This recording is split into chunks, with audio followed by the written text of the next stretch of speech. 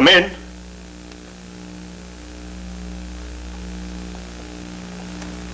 Pardon. You are Mr. Jeremy Hunter? Yes, I am. I will be your Sherpa to guide you to the lamasery. Are you ready to begin your journey? Yes, I've been waiting for you. Let's go. Won't you have a seat? Sure. Did I mention this job pays extremely well? Just get to the deal. Get to the deal. I like it. Yeah. I intend to. I was just pointing out that you at the moment are unemployed, and that must be very difficult for you. I'm offering $25,000 and a generous expense account for you to do a little job for me. It shouldn't be difficult. Let me save you some time. Could this have anything to do with hiring me as a hitman to kill Jeremy? Oh, my word, that's a remarkable assumption. I'm truly shocked. No, quite the contrary. What I want is for you to do Jeremy a favor. I want you to go to bed immediately and talk him out of breaking his vows of celibacy. Why? Because I think everyone involved will be happier if he holds to his spiritual commitments.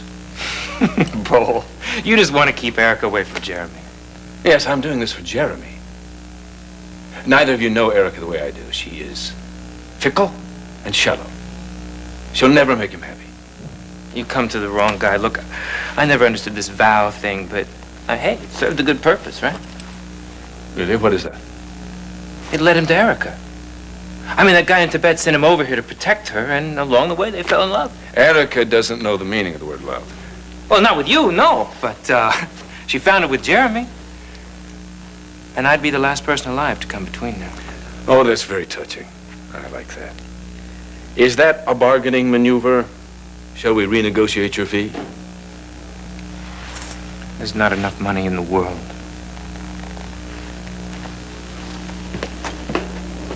Mr. Barnes. What? My investigator also uncovered a very interesting piece of information about you. It involves your unusual actions in a certain remote village.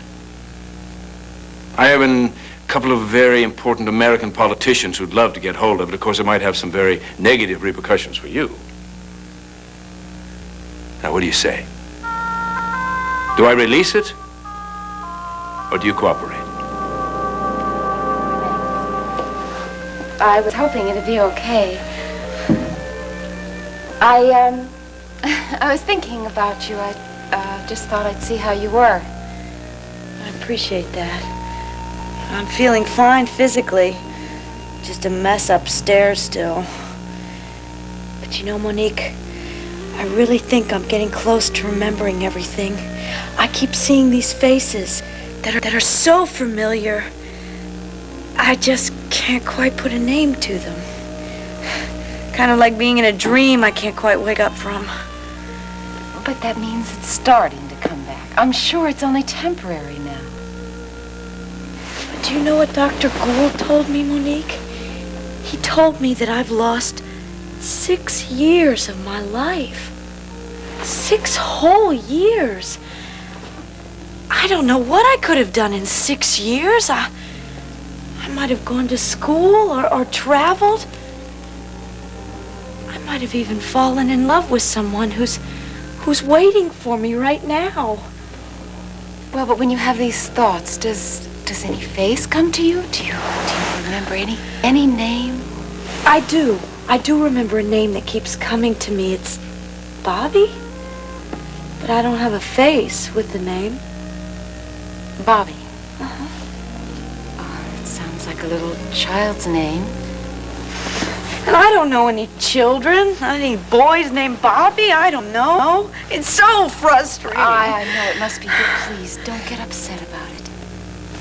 Monique, do you know why that name means something to me? Do you have any idea? I wish I could say. I can't. Monique, at the house you told me that you wanted us to be friends. I want that too, Monique, I do.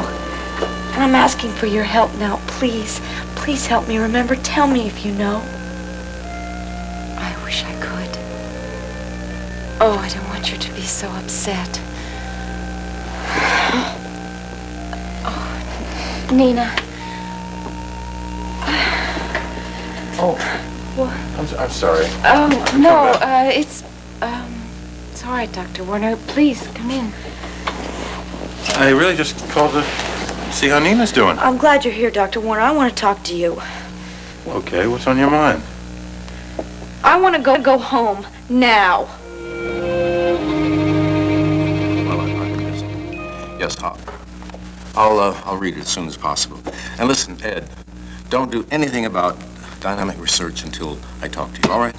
I'll call you later. Hi. You look pretty harried.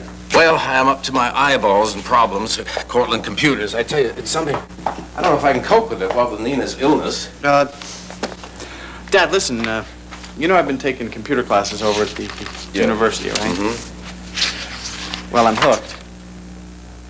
I mean, I'm thinking very seriously about changing my major. I want to go into business instead of law, especially the computer business. Hey, that's wonderful. You're going to finish school, aren't you?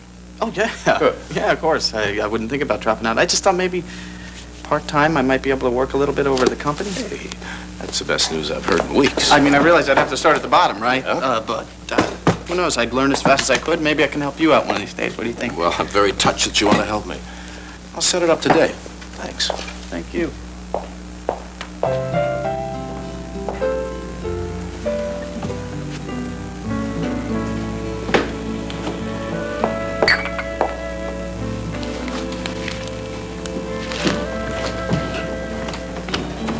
You must think we're terribly lazy, sleeping so late. No, not at all. Well, I'd love to join you for a cup of coffee, but I have to run an errand. How's Alex? Fine. He should be down soon. Erica, I never had a chance to tell you, but I am sorry you didn't win the Woman of the Year contest. If it's any consolation, I thought you deserved it. Well, thank you. That's what everyone said. Of course, I'm glad it's Cheryl anyway, and not Brooke English. Still, I don't think it's fair. I mean, having to have the picture of another woman on the cover of your own magazine? Well, I'm not thinking about it.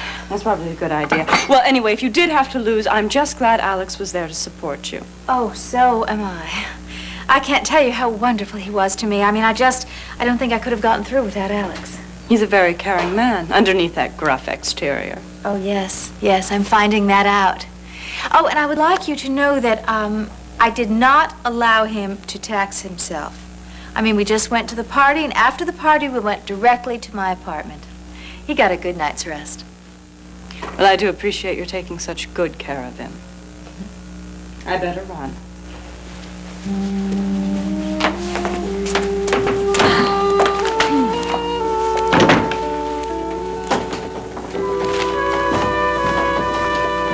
Oh, Alex, well, good morning.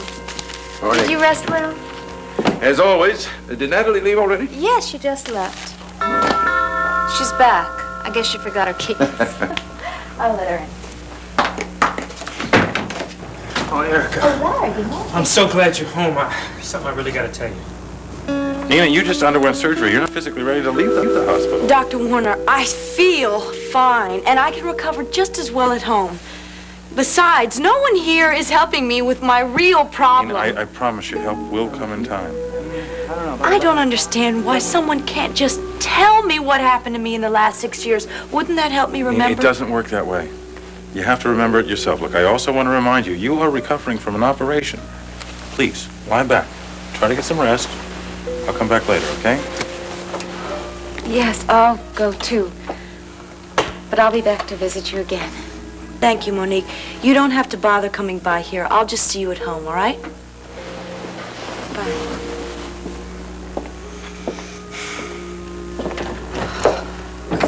What are you going to do? You can't discharge her until she's ready. I don't know. Yeah, but in a few more days, I'm going to have to send her back to Palmer.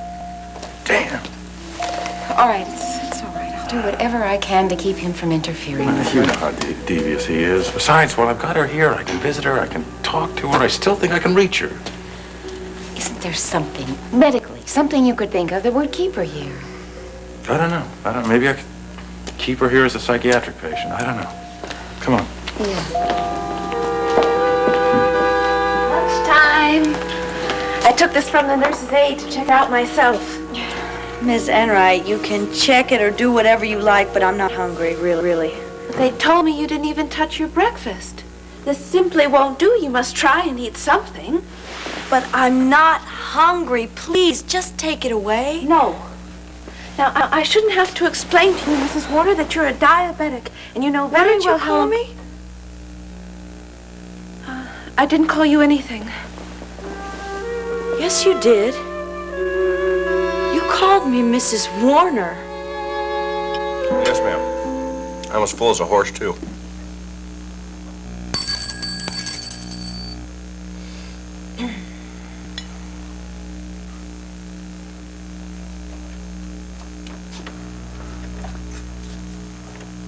Yes, Irene, you may clear now. Yes, ma'am. Thank you. That was super delicious if you did the cooking. Oh, well, we're glad you enjoyed it. Robin, do refresh me, dear. Before you came to Pine Valley, you lived with your parents. No, I stayed with friends. Oh. Oh, well, where do your parents live? I thought you knew that they died when I was very young. Oh, dear, both of them.